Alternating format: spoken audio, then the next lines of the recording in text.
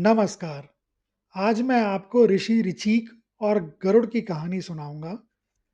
प्राचीन काल में वत्सवंत नाम के एक शक्तिशाली और न्यायप्रिय राजा थे। उनके राज्य की सीमाएं बहुत दूर तक फैली हुई थी और प्रजा बहुत सुखी थी। राजा अपनी युद्ध कला, शासन प्रशासन और ज्ञान के लिए प्रसिद्ध थे। परंतु धीरे धीरे इन सभी सफलताओं ने उनके मन में अहंकार को जन्म दे दिया। वह मानने लगे कि उनकी शक्ति और ज्ञान अद्वितीय हैं और कोई भी व्यक्ति उनके समकक्ष नहीं है। राजा के इस अहंकार का पता जब देवर्षि नारद को चला, तो उन्होंने सोचा कि इस राजा का उद्धार करना आवश्यक है। अहंकार की इस बेल को समय रहते काटना जरूरी है, नहीं तो यह राजा को विनाश की ओर ले जाएगी। नारद जी जानते थे कि दुर्वासा ऋषि अपने क्रोध के लिए प्रसिद्ध हैं और वे ही राजा को सही मार्ग दिखा सकते हैं। देवर्षि नारद के कहने पर एक दिन दुर्वासा ऋषि राजा वत्सवंत के महल में पधारे। जब राजा को उनके आने की सूचना मिली, तो राजा ने अपने अहंकार में आकर सोचा, मैं इतना महान राजा हूं, मुझे भला किसी ऋषि का स्वागत करने के लिए स्वयं क्यों जाना चाहिए। उन्होंने अपने मंत्रियों से कहा कि वे ऋषि का स्वागत करें और उन्हें सम्मान पूर्वक राजमहल के अतिथि गृह में ले जाएं। राजा की इस उपेक्षा से दुर्वासा ऋषि थोड़े क्रोधित हो गए, लेकिन उन्होंने धैर्य रखा। कुछ समय बाद जब ऋषि ने राजा को राजकाज करते हुए देखा, तो उन्होंने संदेश भिजवाया कि वे राजा से मिलना चाहते हैं। इस बार भी राजा ने इसे टाल दिया और कहा कि वे अभी बहुत व्यस्त हैं और ऋषि से बाद में मिलेंगे। राजा की इस दूसरी उपेक्षा ने दुर्वासा ऋषि के धैर्य की सीमा तोड़ दी। वे तत्काल क्रोध से भरे हुए राज दरबार में पहुंचे। ऋषि को क्रोधित देखकर भी राजा वत्सवंत अपने सिंहासन से नहीं उठे। राजा ने अपने अहंकार में आकर कहा, हे मुनिवर, आप शांत रहें। आप बताएं, आप यहाँ किस प्रयोजन से आए हैं। दुर्वासा ऋषि ने क्रोध से दहाड़ते हुए कहा, हे वत्सवंत, तुम्हारी बुद्धि भ्रष्ट हो गई है।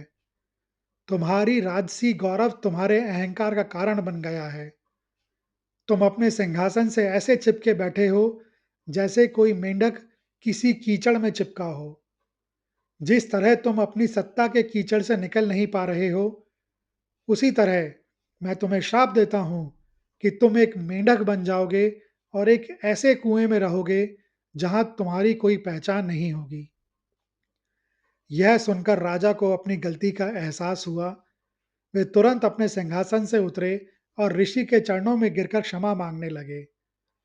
उन्होंने कहा, हे महर्षि, मैं अपनी गलती स्वीकार करता हूँ।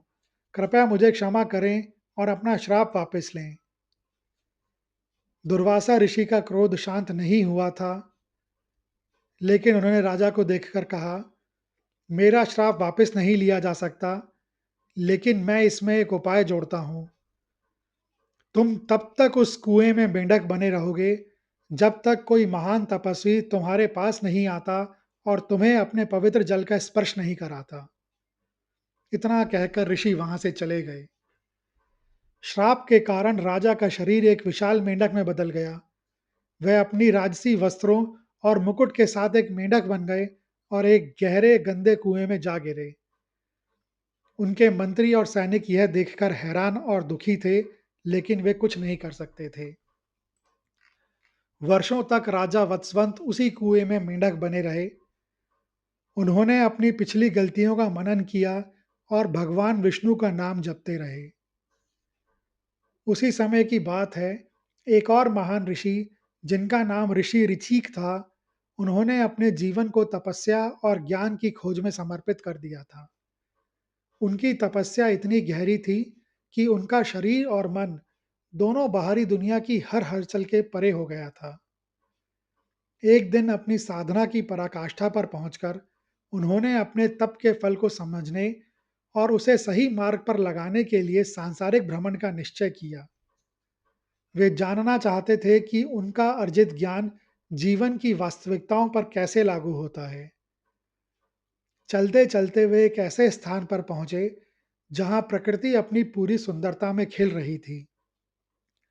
वहां एक विशाल और शांत सरोवर था, जिसके निर्मल जल में कमल खिले हुए थे। पास ही एक कुआं था। ऋषि वहीं बैठकर इस शांत वातावरण का आनंद लेने लगे। तभी उनकी नज़र आकाश से नीचे आ रहे एक विशाल और तेजस्वी पक्षी पर पड़ी। यह कोई साधारण पक्षी नहीं, बल्कि भगवान विष्णु के वाहन और पक्षियों के राजा गरुड़ थे।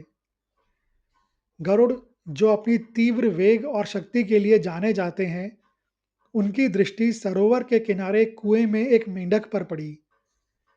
वह मेंढक अपने जीवन के अंतिम क्षणों को महसूस करते हुए अपनी जान बचाने के लिए कहीं भागने की कोशिश करने लगा। गरुड़ ने जैसे ही अपनी विशाल चोंच से उस पर झपटने के लिए अपने पंख फैलाए, मेंढक ने अपनी पूरी शक्ति से अपने जीवन की अंतिम आशा के रूप में भगवान विष्णु का नाम लिया। हे नारायण, हे हरि, मेरी रक्षा करो।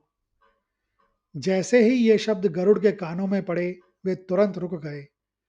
उनकी गति थम गई और उनका शरीर स्थिर हो गया। वे अपने स्वामी का नाम सुनकर उस पर हमला नहीं कर सकते थे। यह उनके लिए सिर्फ एक नाम नहीं था, बल्कि उनके जीवन का सार, उनका धर्म और उनकी निष्ठा थी। गरुड़ के लिए अपने स्वामी का नाम का सम्मान सर्वोपरि था, यहाँ तक कि उनकी भूख से भी अधिक। ऋषि ऋचि यह सब देख रहे थे। वे हैरान थे कि इतना शक्तिशाली प्राणी एक छोटे से मेंढक के सामने क्यों रुक गया। उन्होंने गरुड़ से पूछा, हे पक्षीराज, आप इतने बलशाली और तेजस्वी होते हुए भी एक तुच्छ मेंढक पर दया क्यों कर रहे हैं? क्या आप अपनी भूख को त्याग कर अपने स्वामी के नाम का सम्मान कर रहे हैं? गरुड़ ने अत्यंत विनम्रता से उत्तर दिया, हे महामुनि, यह मेंढक जैसा दिख रहा है वैसा है नहीं। यह एक महान राजा है, जिसका नाम राजा वत्संत है। वह बहुत ज्ञानी और शक्तिशाली है, लेकिन उसने अहंकार में आकर राजा ऋषि दुर्वासा का अपमान कर दिया। दुर्वासा ने क्रोध में आकर उन्हें मेंढक बनने का श्राप दिया था।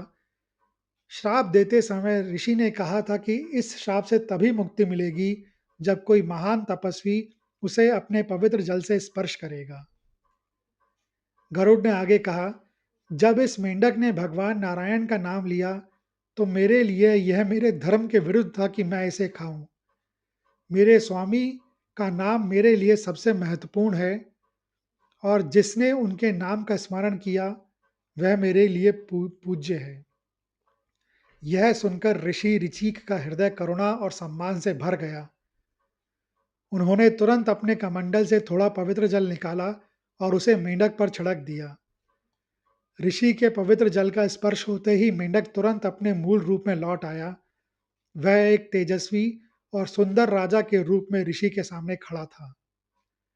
राजा वत्सवंत ने ऋषि के चरणों में गिरकर उन्हें प्रणाम किया और कहा, हे महर्षि, आपकी कृपा से मुझे इस भयानक श्राप से मुक्ति मिली। मैं अपने जीवन भर आपकी इस दया का ऋणी रहूंगा। कृपया इस दया का कुछ फल स्वीकार करें। ऋषि ऋचिक ने विनम्रता से कहा, हे राजन, इसका फल मुझे नहीं, बल्कि गरुड़ को मिलना चाहिए।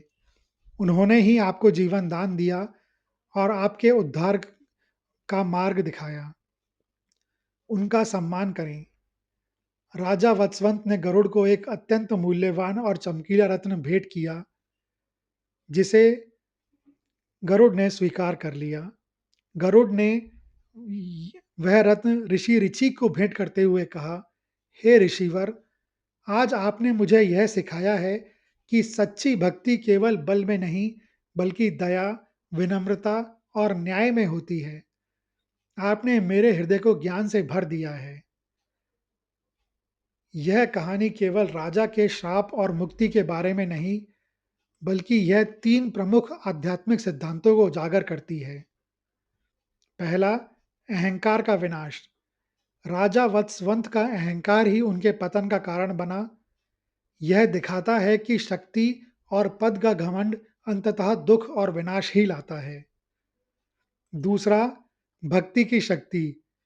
मेंढक रूप में राजा की भक्ति यानी भगवान नारायण का नाम जपना ही उसे गरुड़ जैसे शक्तिशाली प्राणी से बचाता है। यह दिखाता है कि संकट के समय सच्ची पुकार और भक्ति ही सबसे बड़ा सहारा होती है। और तीसरा, ज्ञान और करुणा का संगम। ऋषि ऋचिक का ज्ञान और गरुड़ की करुणा, ये दोनों मिलकर ही राजा को श्राप से मुक्ति दिलाते हैं। यह दर्शाता है कि केवल ज्ञान या केवल शक्ति पर्याप्त नहीं है। सच्ची महानता तब आती है जब ये दोनों करुणा के साथ जुड़ते हैं। यह कहानी सुनने के लिए धन्यवाद। अगर आपको यह कहानी अच्छी लगी हो तो कृपया इस वीडियो को ज़्यादा से ज़्यादा लोगों के साथ शेयर करें, लाइक करें और चैनल को सब्सक्राइब करें। कमेंट्स बॉक्स में लिखें, ओम विष्णुदेवाय नमः।